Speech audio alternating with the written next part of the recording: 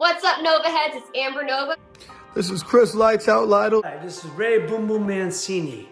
Ice Boogie. It's the real and raw August Artois. This is Smiling Sam Alvey. It's Archimedes. I'm Jack Cartwheel, the real deal, the human highlight reel. This is Steve Mowry. I'm Victor Henry. Floyd Bulletproof Trooper. Billy Stark. It's ECW Original, The Enforcer, C.W. Anderson. This is Honest John. Hyper Street. I'm Luis Moreno. And this is Mr. Classic. Angelino Way. I'm Jason Punet. The young ghost. Hey! It's old Hattie Price here. When I say what's my name, tonight. Richie Slade. My name is Gino Rivera, the Frank Sinatra of the Spanish Mafia. The incredible one, Anthony Idol. This is Ken Shamrock. The Golden Boy, Jordan Clearwater. Yo, watch and listen. Championship online. Podcast with this is Alex Mars here. Hi, Richard Modest. So, please listen to it, otherwise be cursed. Okay, see you later. Love that, Dennis.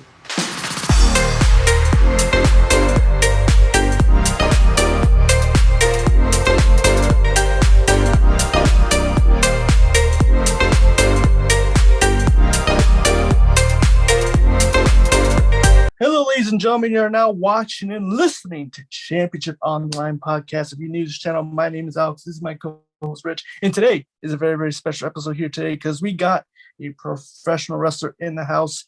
You may have seen him over a lot of various promotions such as Future Stars of Wrestling, Knox Pro, Champions from Arizona, and Winner Circle Pro Wrestling, and many more, as he's also currently holding the FSW Tag Team Champions, one half of TBD. Ladies and gentlemen, the 12th cylinder athlete of TBD, Shogun. There we go, baby. Rich Homie Show online. Awesome. Again, Shogun, thank you so much for being on our podcast. Very excited to have you on. But before we start questions and start the interview, we like to do a quick segment as we do our fun questions. We ask 10 fun questions about yourself. Is that cool? We do it with you? Yeah, let's do it. Awesome. We'll start right away, Shogun, with the first question. What is your favorite movie of all time? All time, I would say Training Day. Nice. No, yeah. I love that film. Yeah. That has to be like an all-time like 10 classic easily. It's just like I never get tired of watching that. It's just so good to me. 100%. Denzel kills it. I mean, Hawk kills it. Like the whole cast, and it's just the storyline. Oh it's yeah, just amazing. Just like awesome. The drama, like suspense always gets me. I'm like, oh, dude, this is crazy. And you see, like slowly, like you said, like the suspense coming up, and everyone kind of turns on him in the end, and you kind of know his fate's coming soon. Yeah, I was like, I see that. I see that coming, and I was like, dude, that's crazy. It's just nuts. And I love it. With the next question, pretty similar. Do you have a favorite TV show of all time? Favorite TV show? I would say Fresh Prince of Bel-Air. Nice. But that like also ties in with like my favorite cartoon show, which is like Ed, Edd and Eddy. Oh, that's sick. Yeah, I like that kind of stuff. So it's in between those two. Right, nice. No, I love kind of like the wackiness in Ed, Eddy, and then Fresh Prince of his character too. You never know what's kind of happening. I love it, and I feel like Ed and Eddy is so underrated. Yeah, exactly. Mm-hmm. I feel like it is underrated too. Yeah. Kind of forgotten almost. It's like because you have like Courage the Cowardly Dog, Johnny Bravo, and all these Cartoon Network like legendary shows, and it's like kind of like outside the bubble, kind of. Bruh, that whole era was just it was so wonderful. Now it's just like forgotten. Now I'm like, dang, that's crazy. I'm getting old. Yeah, right. I feel the same way. The Samurai Jack. I mean, the list goes on of like how many cartoons came from there. Bro. Awesome. Nuts. Crazy. And did you see the reboot of Fresh Prince? I didn't watch it, but when I ever hear some stuff like that, I'm like, yeah, I'm not gonna do that because it's gonna ruin like everything already like half for it, and it's like I ain't trying to. No, we good where it's at. Yeah, I know what you mean. Yeah, like recently, I know they did a Full House reboot. and now they're doing like the remake of like White Man Can't Jump. Like they're doing all these remakes, and it's just doing too much. Yeah, don't destroy a classic, pretty much. Just leave it alone. Right? Yeah, 100%. With the next question, do you have a favorite music artist or band that you like to listen to? Favorite music artist? I would say I don't have like a favorite because I listen to so much, but if it was like under rap, I would say Gucci Mane. Ooh, nice. I would say him along the lines with like I was always a big fan of Biggie Smalls. And I would say Ice Cube too, because of their flow. Like their flow always sets a tone for me. Yeah. No, I totally agree. Do you have like a favorite song from Biggie or Ice Cube? I would say "Give Me the Loot" by B.I.G. That's probably my favorite song. And "Today Was a Good Day" by Ice Cube is always gonna be my jam. That one, yeah. That's just a go-to. I don't skip that one. Yeah, you can't. No, you can't. Because I have like it's 200 songs and every time. Yeah, it's a vibe itself. Nice. With the next question, do you have a favorite like go-to meal that you like? Go-to meal? Not really. I would just say cheeseburgers, bro. Yeah. Yeah, cheeseburgers. I keep it simple. Yeah, I keep it simple. Nice. Do you have like a go-to spot? I would say Five Guys, but Five Guys costs like more than groceries sometimes. So it's like, yeah, if I got it, I'm going over there. If I don't, I'll go to an In-N-Out. Whatever. Whatever else is there. Nice, love it. With the next question, do you have a favorite sports team?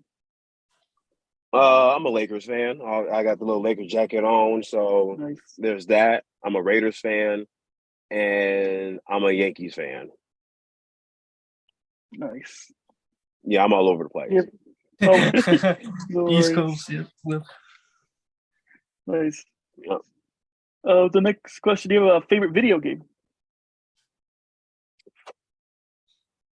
That's a hard one right there, but I'll name a few. Like I'm a huge fan of GTA, all of them, but mainly San Andreas because that was like in my opinion, that was probably the best one because it was just like they introduced like so much into that one. So I'm like, yeah, you know what, this is my jam. But I also like games like Ghost of Tsushima, Red Dead, like those are like my games. Nice.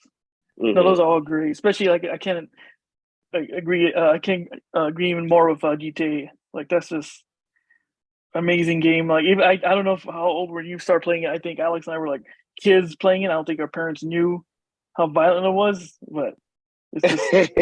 I think that was the issue for every kid. Yeah, and then they see it or they hear the audio of it. Like, what are you playing?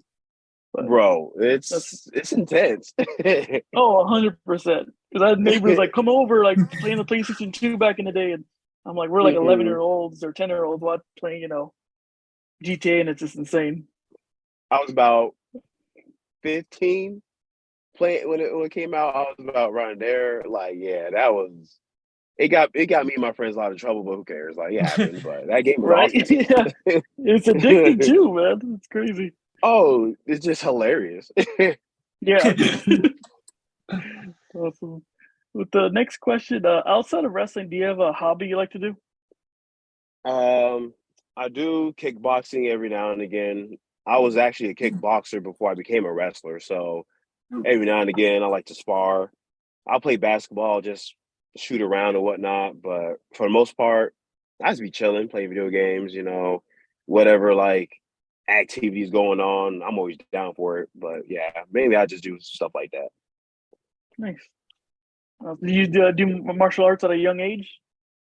I would say young. I started when I was 18, like right after high school. I didn't have no friends.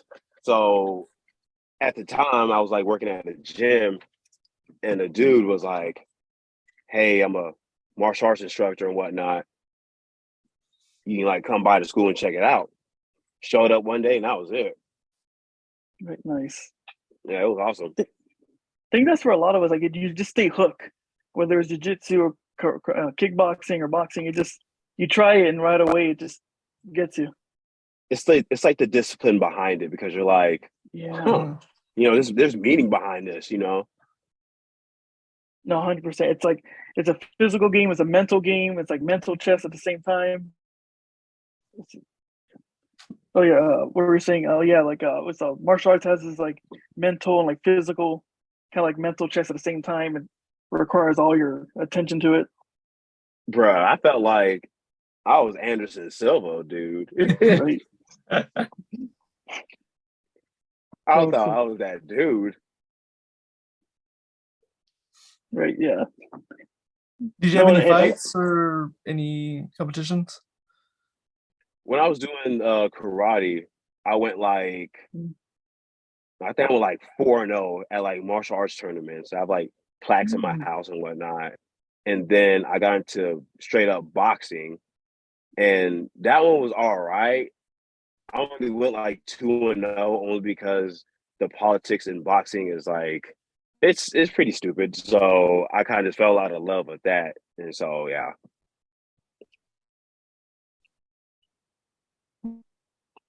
Can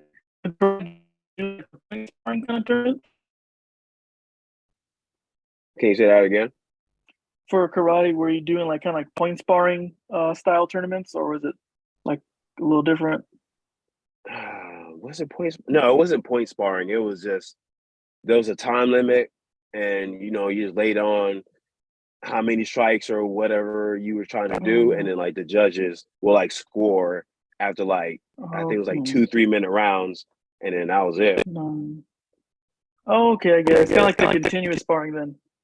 Yeah. Just rack up as many points as you can. Nice. Mm-hmm. No, those are fun. Those are crazy. Asses, bro. Right? Yeah. It was tagging foods all day. That's awesome. Nice. Would you say Anderson Silva was like your GOAT, like one of your favorites? Yes, but favorite fighter was at the time it was George St. Pierre. Ooh. Oh, yeah, that was like my freaking dude. But I don't know, like Anderson Silva, like even though like after what happened with him and I forgot a homie that he went against when he broke his leg. But after that, it was pretty much a wrap. But Anderson Silva was just to me, he was just Chris Weidman. There you go. I just thought that dude was just hard. But George St. Pierre is still like he's still my dude too. Right? Yeah, 100%. And he kind of walked out the way this kind of hard way, but then he came back. I know like the Johnny Hendricks loss. It was like really controversial. He stepped away for a bit. About that. Yeah, that was tough for me. I'm like, he's leaving, but maybe it's a good decision because it was kind of a tough. He won, but a lot of us thought he lost. Yeah, that was a toss up right there. Yeah, it was really.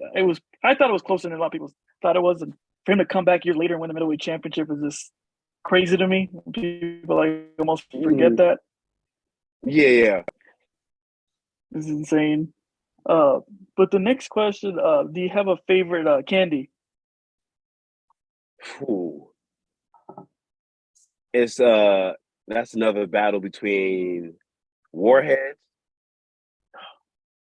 and my go-to is always gonna be Snickers. Snickers is my shit. I think Alex agrees. That's like one of his favorite candies. That's my favorite. Dude, it just hits different, Mm-hmm. It's simple too. It's just a regular chocolate bar, and it's just the best. Bro, like I don't know. I can't explain it. Like I can always have a Snickers bar. Yeah. Mm-hmm. And it does what it says. It says it cuts the hunger. I know Alex said, "Oh no, it does a trick for sure."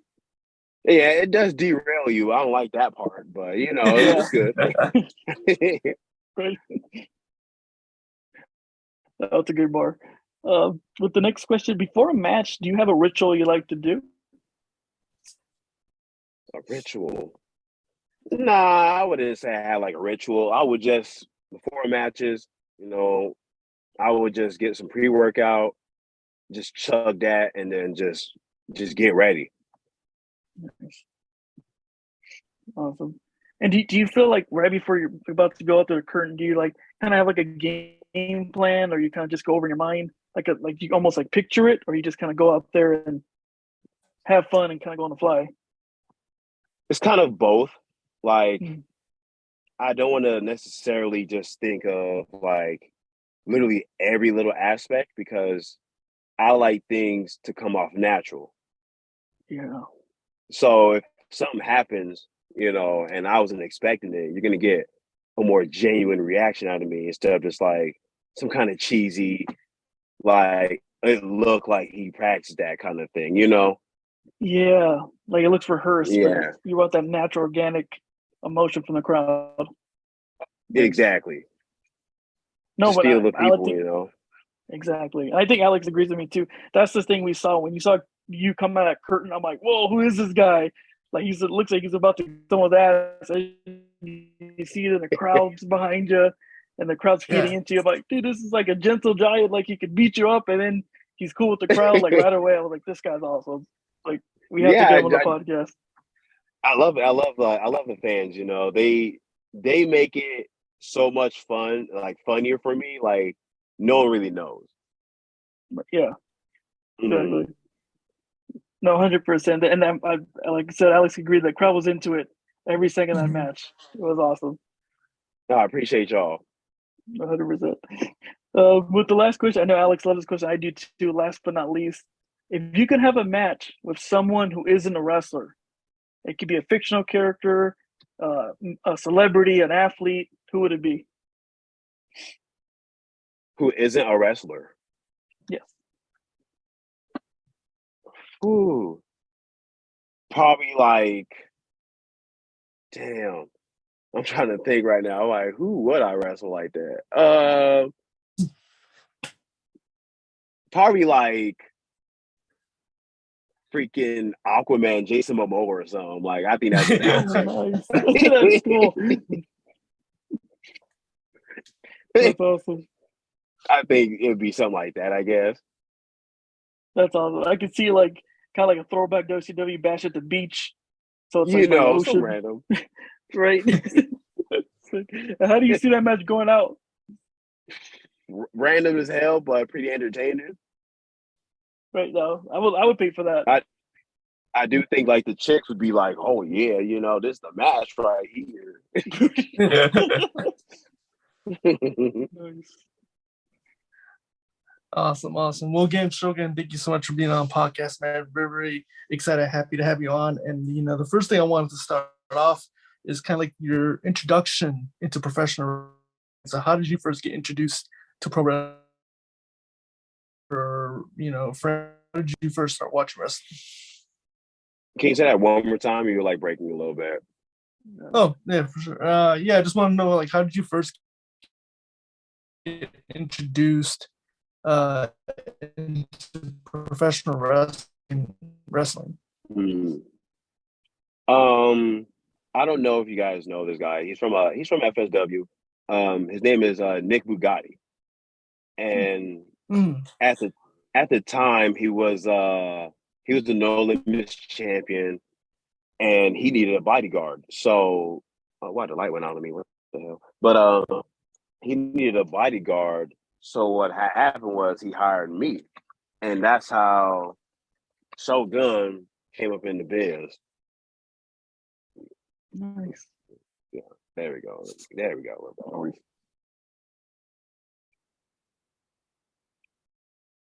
Alex? Oh, and then so what school did you start training at? What school? Like, what was it like going to wrestling school for the first time? I was going to Future Stars Wrestling. Got introduced to pro wrestling. Oh yeah, so I got introduced as Nick Bugatti's bodyguard at FSW while he was the No Limits champion. Nice. And did you like that role, like as a bodyguard, and you know that you want to like go solo and do your own thing? Well, from the jump, I always wanted to do my own thing, but I thought the role I was given was pretty cool because I got to like learn under someone instead of just pretty much just being thrown out there and figuring stuff out on my own, you know? Nice. No, it's true. Yeah, because you get that eye outside in the corner and learning and watching and kind of picking somebody's brain and.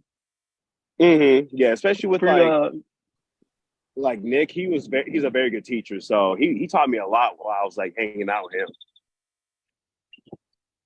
Nice. And then learning from him and then going to FSW, like how was it like a day by day like training basis? Like how was it training there and learning? Learning, like you can't really get enough of it because there's so much information that we get over there because of the people that we have. You know, we have people like D'Lo Brown over there. We have Sin Bodie. We have Kenny King. You know, we have special guests every now and again. So the learning tree is like pretty much endless at FSW.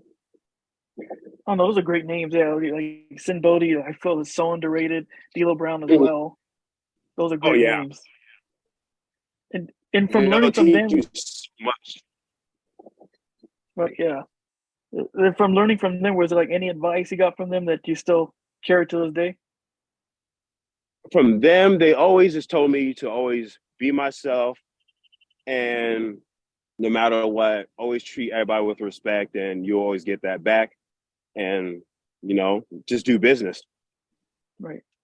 No, 100% on that.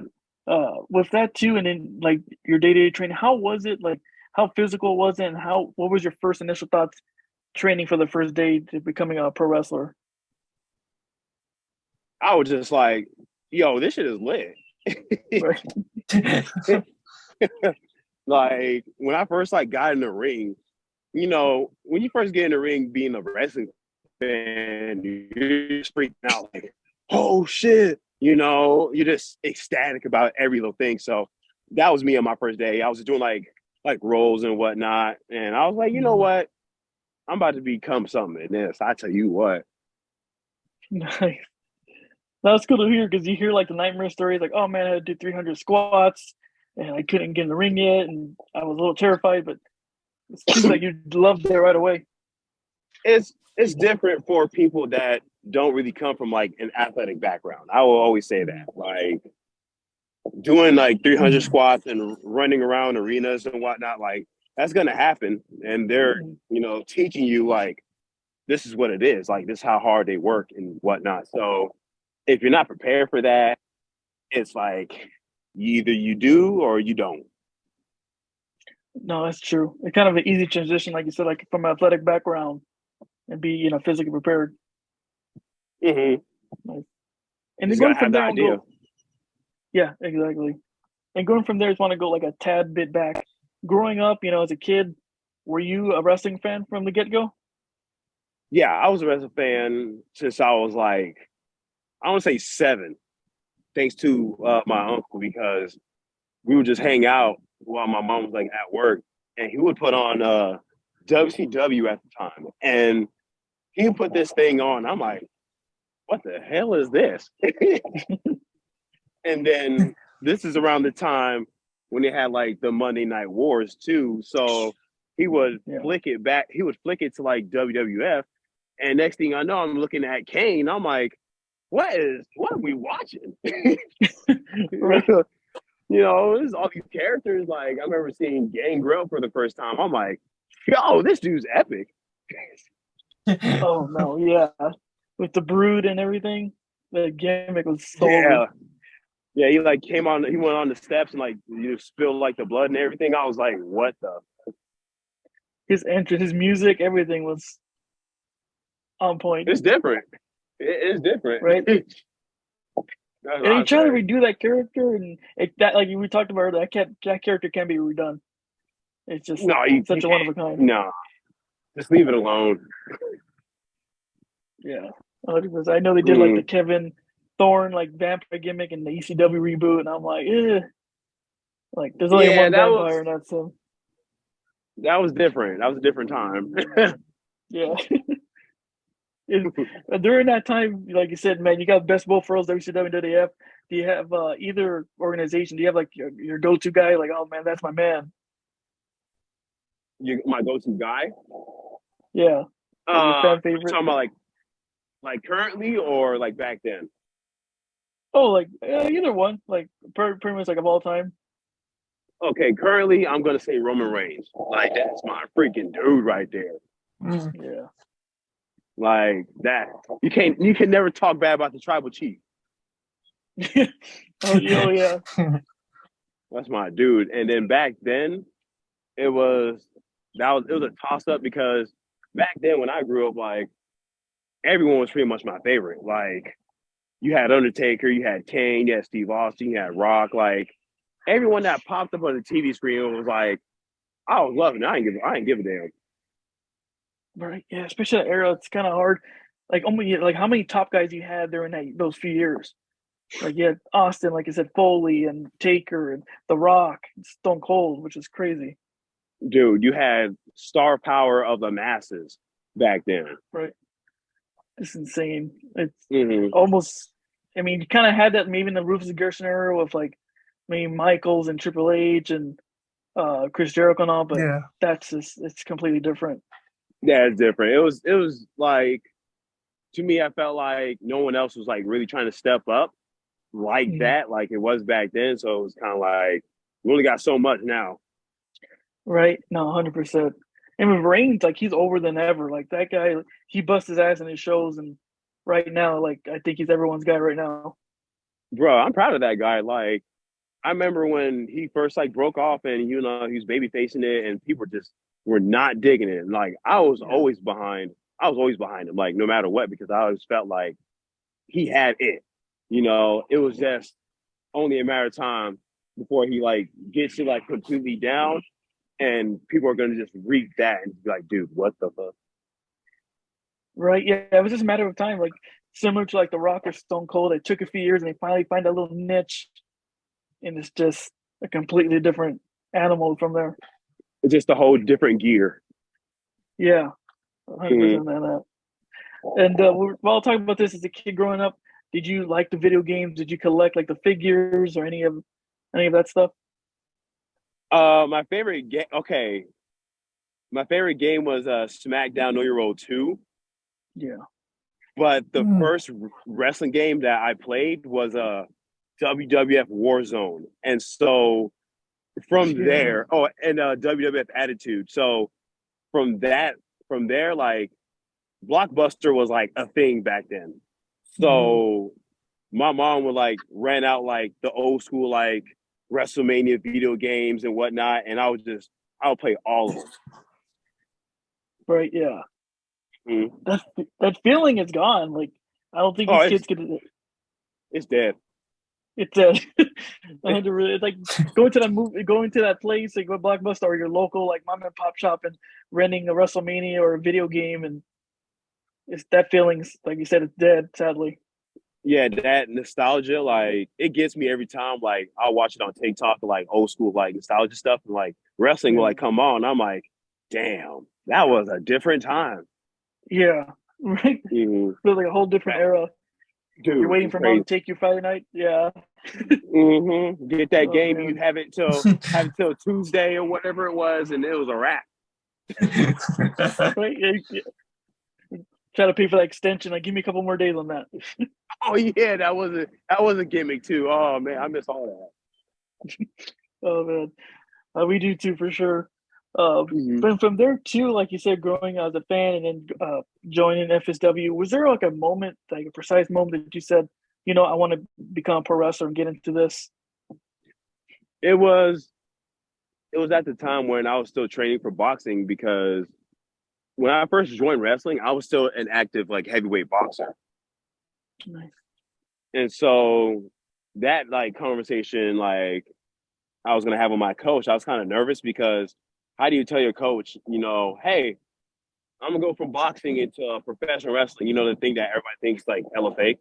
So I didn't want him like judging me and be like, what in the world? But I sucked it up, and one day I was just like, you know what? I like doing this, but I want to become like a professional wrestler. And he was like, all right, so, like I always told you, go follow your dreams. And that here we are. Right? No, that's cool. You have the support from your coach. Like, listen, this is what you want to do, then go ahead.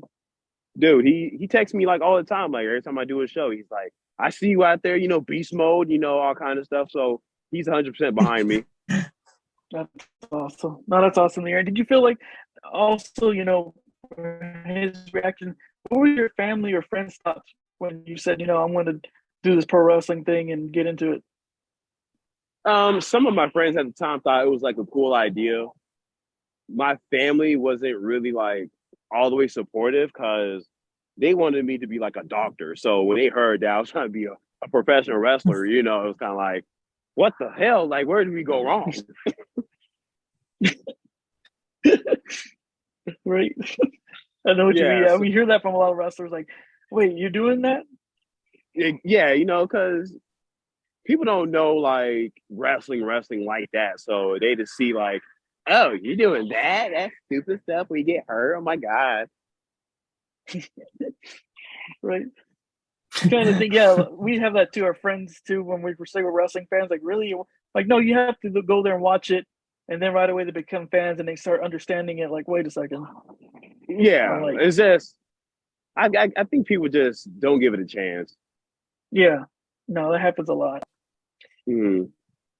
And then from there, jumped into now. Was there like when you're, going to the training and even to today, do you still study like promos or maybe in ring styles to get like some ideas or? So I'll still like do stuff in the ring and like work on like certain like things I've seen on YouTube or I've seen on Raw or New Japan or whatnot. But I also try to get like my ideas from like movies essentially, because if you think about it, wrestling isn't just going in and doing all these wacky moves and whatnot. It's just, the story or the emotion behind it. So I watch, certain movies where it's like for like promos. I like promos that comes from like, something like from the heart. So when I like watch Training Day and just hear like Denzel just going in, like to me, like that's a promo. Like he's laying it on there. Like he's letting how he feel. Like to me, that's what what helps with the promos and whatnot. So when I watch like TV shows and movies, it's all just like promos and like acting. But wrestling wise, it's like you just kind of just see like what works for you and whatnot. Just reps on that. No, that's awesome to hear. Like you said, you didn't hear that a lot from wrestlers. Like you get ideas from TV shows or acting. Training Day is like a perfect example because you're gonna get that raw emotion from a pro and then transitioning that to wrestling, which is awesome. Yeah, I stole Denzel's like selling when at the end when he got shot up by those Russians at LAX. Yeah. And like the leg was twitching as he was like trying to crawl up to the car. I stole that cell. That's awesome. I stole that. That's so awesome. Yeah, that stuff's awesome. I love that. That's so cool. And then from there too, like, how about like also like and like I wasn't asking ring style, but like that's awesome to hear. Like you copied his selling, which is crazy, which is awesome too. Mm-hmm. Going from there too, I wanted to ask, how was it making your debut? How was it the first time you went to the curtain and had your first match? Are you talking about at Winter Circle, like just in general? Oh, just in general, like your first match ever. Oh, it was nerve-wracking. Like, you cannot really prepare for like performances. Like, and you can, but when you're just like starting out, like you're just like, dude, like, what do I think of? And you're just like, you start overthinking, and it's just like this, like the anxiety behind it. It's so nerve-wracking. You don't even like think straight. So the first time I went out there, I was just like, I was nervous because I'm like, okay, I'm not trying to look like an idiot, doing this. That's like the biggest thing. You don't want to go out there and be like, man, the crowd's gonna hate me and this and that. Like, you shouldn't even have to worry about the crowd. You just go out there and perform. But at the time, I'm like, shit, I'm trying to look cool for my friends. Like, I don't want to look stupid. From watching that, if you could kind of tell yourself from now to back then, any advice, what would you tell yourself? I would tell myself, like, chill out. It's that serious, but it's not that serious. Like, if you know what you do already in the ring, you train. What do you have to really worry about? And it's just that overthinking. Like, well, I ain't thinking about that. Right. Yeah. No, that's true. Very true. Mm-hmm. I love that. And going to there too. Now talking about your debut on FSW, how was that like? When I debuted, like, away from Nick Bugatti, I thought that was pretty dope. I ain't gonna lie. Like, I felt like I was the freaking man.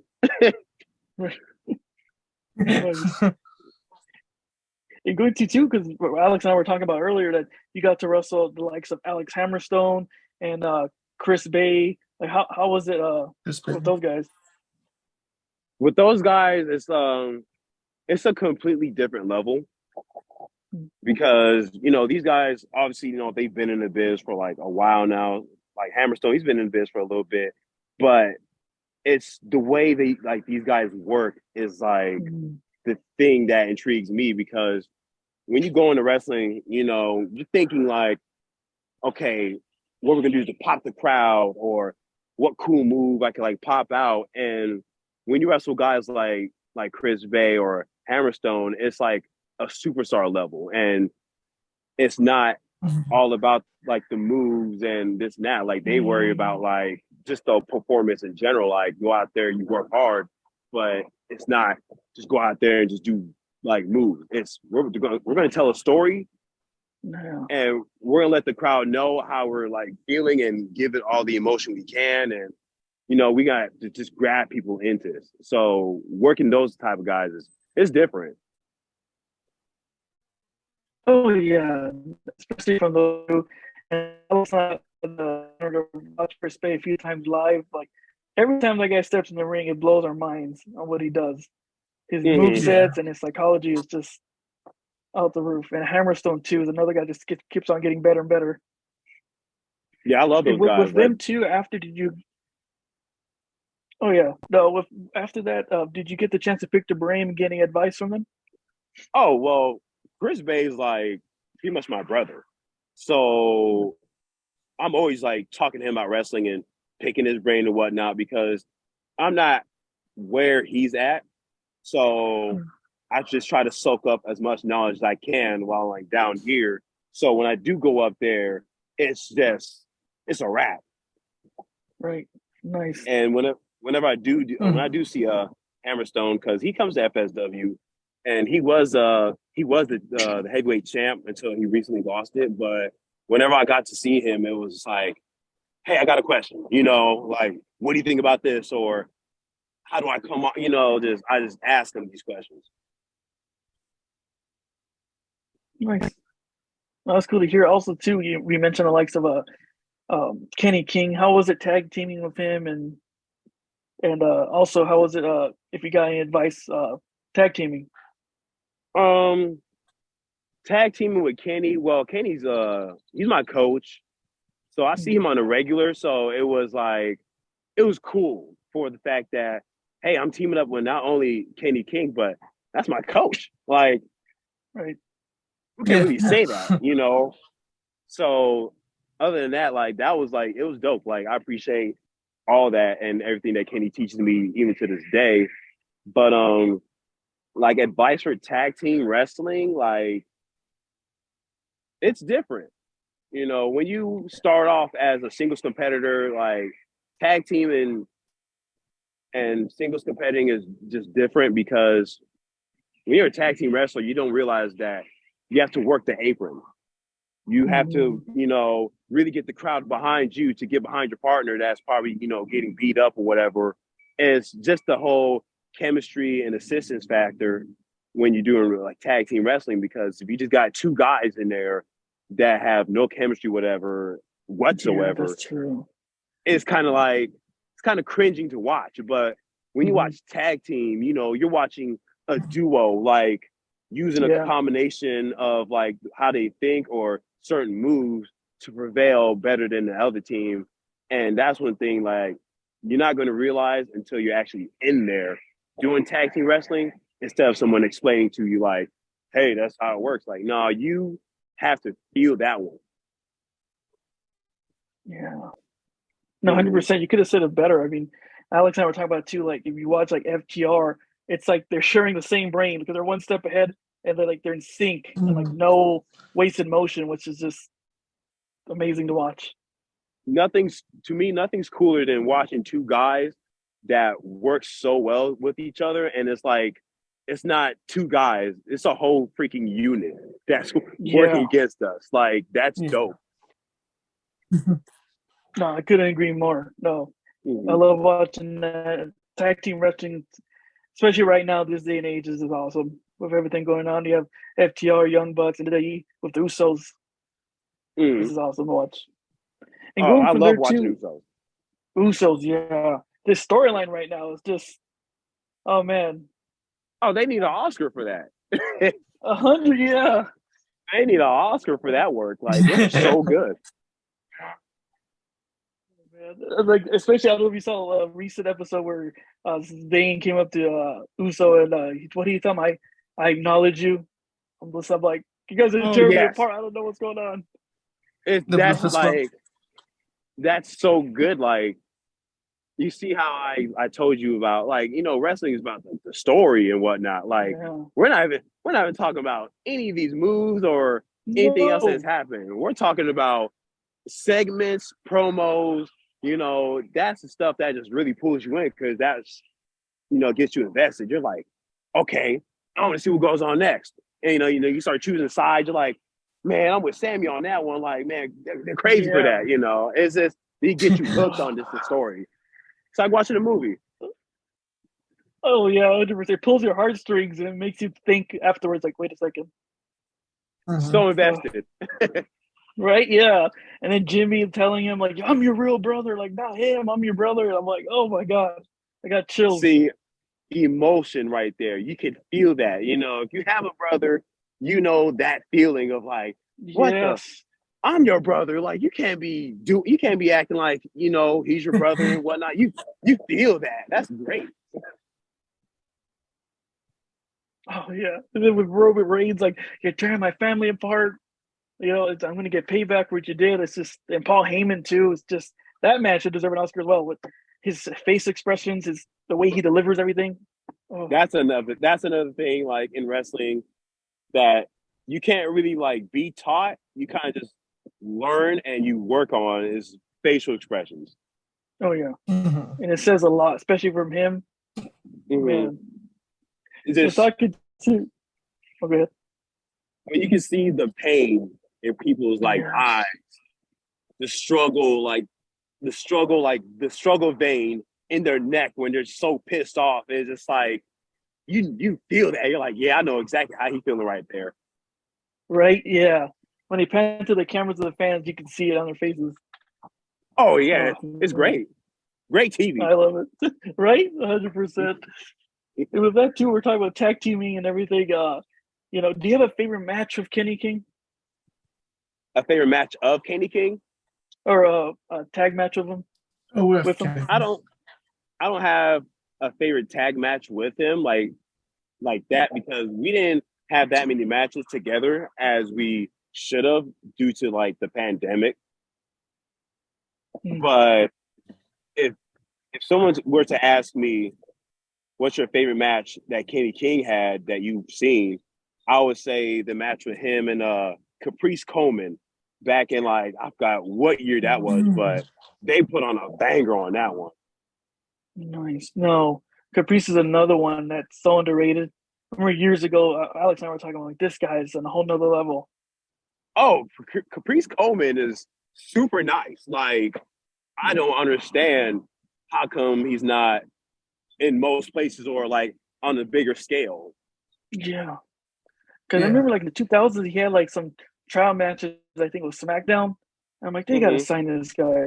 He's so talented. Now you hear him on the mic commentating, like he can do it all. He has a great voice. He knows how to talk. Like, he has the whole package. Yeah. Oh, yeah. Yeah, I'm glad to see him now that, he's on TV. At least, he's behind the mic, but he's getting his time on, and it's awesome to see. What was happy to see Caprice Coleman. Oh, yeah. And that too, especially now, you're current champion with Hero. What's it like tag teaming with him? Tag teaming with Hero is like, it's just two brothers being bullies, essentially. Like, we have such a good time together. Like, Hero tends to like feed off my energy, so whatever I'm given, he's gonna just do the exact same. So that's what makes it fun, because it's always good to have someone that can actually like, take on the energy and give you the energy back. So it's not like just a draining like thing. It's we're both in this. Nice. No, like that's what it is. Like you said, tag team is a partnership, and it's good to have that, bond and that chemistry. And like you said, like it becomes one unit, and that's awesome to see you guys every time you perform out there. Yeah, man, just two big ass dudes just destroying folks. Right there, you go. Just cashing checks and kicking ass, pretty much. That's it. Business getting handled. Right. Awesome. And with that too, all the names we've been mentioning, you also had the chance to face Carlito and Chris Masters. How was it going into Squared Circle and facing those gentlemen? Well, that was probably one of my favorite matches like I've ever had, due to the fact of like their thought process. Because when you're in the indies, a lot of guys in the indies tend to like focus more on like moves and like I said, like pops and whatnot. And so doing all that, a lot of like character work doesn't really like fit in there, because you're too busy flipping around doing this and that, not even selling. Sometimes guys don't even sell. But when going into the ring with Carlito and Chris Masters, it was just like, we're going to put on an actual show. And going in there and working them, it was life-changing, to be honest. Because when I went in there, I'm thinking like, I've been wrestling for the past 4 years now, going on 5. I'm thinking, I know what I'm doing. I know wrestling, this and that. And talking to those guys, it was just like, what the? I wasn't here for this. Like, I was mind blown. But working those guys, it was an awesome experience. I loved it, and if I could do it again, I'd do it 100 times over. No, oh no, for sure. Was it kind of like a surreal moment, like from being a fan watching these guys in the ring and then getting in there? Was it almost kind of like a surreal moment, like a shocking moment? Like, oh man, I can't believe I'm here. It's funny because me and Chris Bay, we would watch matches together. We'd watch, random like Raw or SmackDown pay-per-view segments or whatnot. And we would see Carlito and Chris Masters like doing a little thing and whatnot. And then when they got announced that I was wrestling both of them, we were just like, were we just watching these two guys? Like, what the fuck? I'm like, yeah, dude, that's crazy. That's awesome. No, especially those two guys. They're still working and going out there and grinding, and it's awesome to see them. So fun. You look great too. Oh yeah, Carlito. I mean, when we came back for the Royal Rumble, I'm like, man, this guy like has a secret of aging time backwards. He's jacked. Yeah, he looks good. Yeah, he's such a nice guy. Yeah. Oh, Chris Masters always looked good. Oh yeah, that was crazy. Also, too, like we're talking about tag wrestling. For someone that out there is hearing this, or any wrestlers, is there any advice, someone want to be in a tag team? I gotta say this.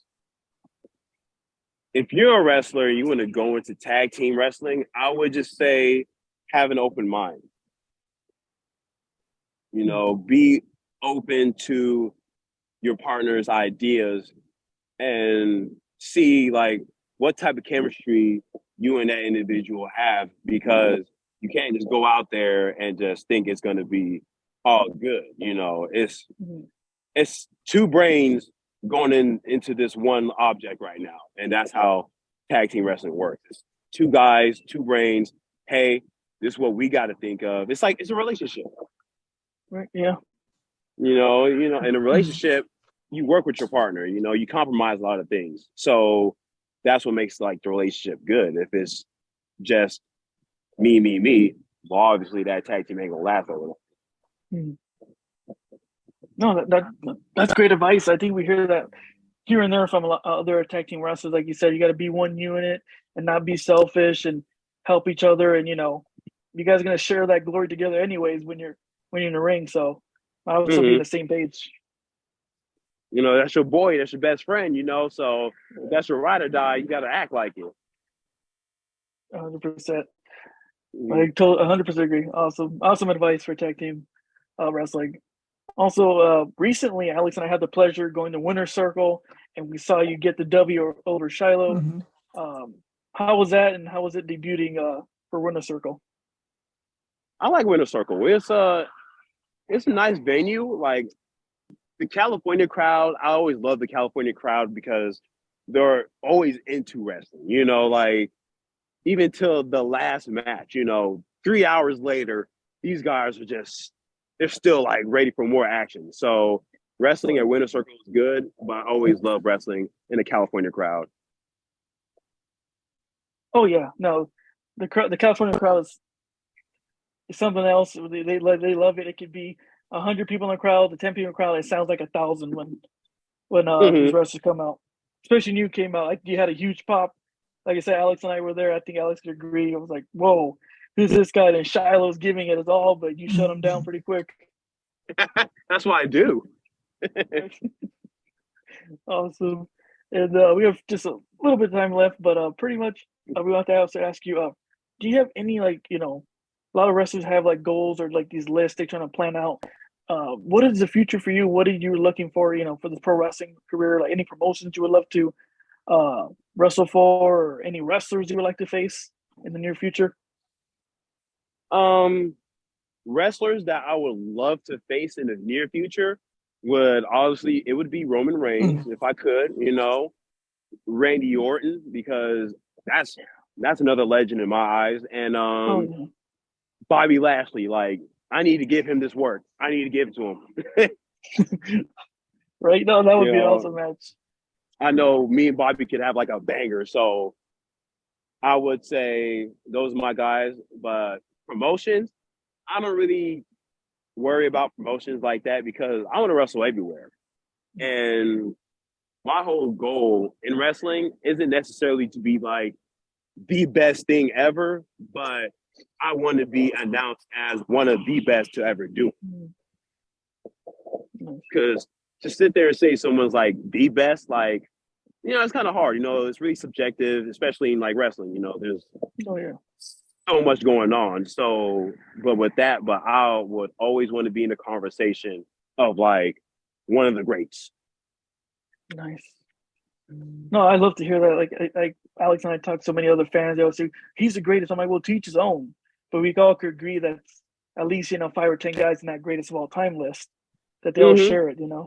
Whether it's Rock or Bret Hart, they're all great. It's all a huge like contribution if you think about it too. Oh yeah. Oh yeah, 100%. With one of the last questions I wanted to ask. Also, if someone's watching this or listening to this, what advice do you have on someone that wants to become a pro wrestler? I would tell them, go after your dreams. If that's something you really want to do, you can do it. Anybody can do it. All you have to do is train. You have to train.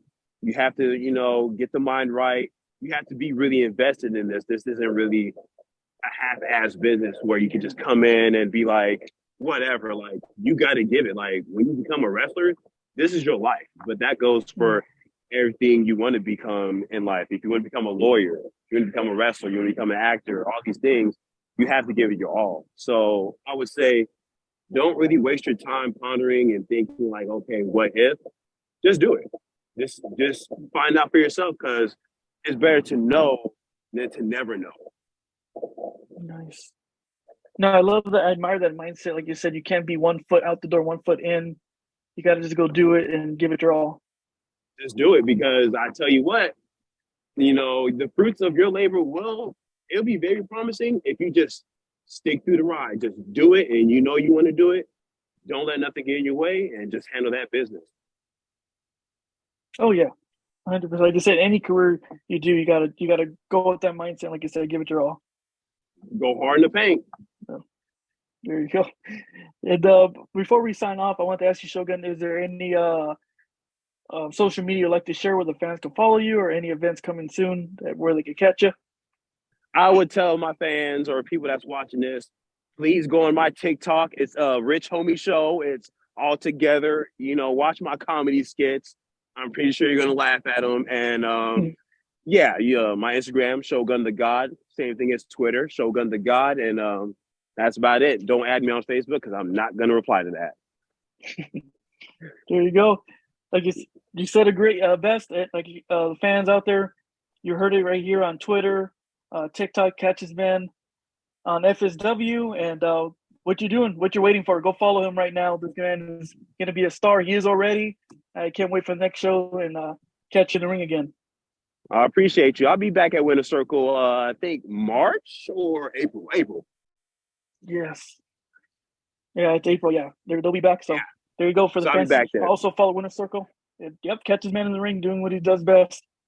I'll be back in Cali, folks, but on another show. Right. Thank you very much, Shogun. I really appreciate Alex too. I appreciate you being on the show. Thank you so much. Thank you, guys. Awesome. Thank you again for the fans. Thank you for watching and listening. This is Championship on the Line podcast with Rich and Alex. You guys have a great night. Thank you so much. You're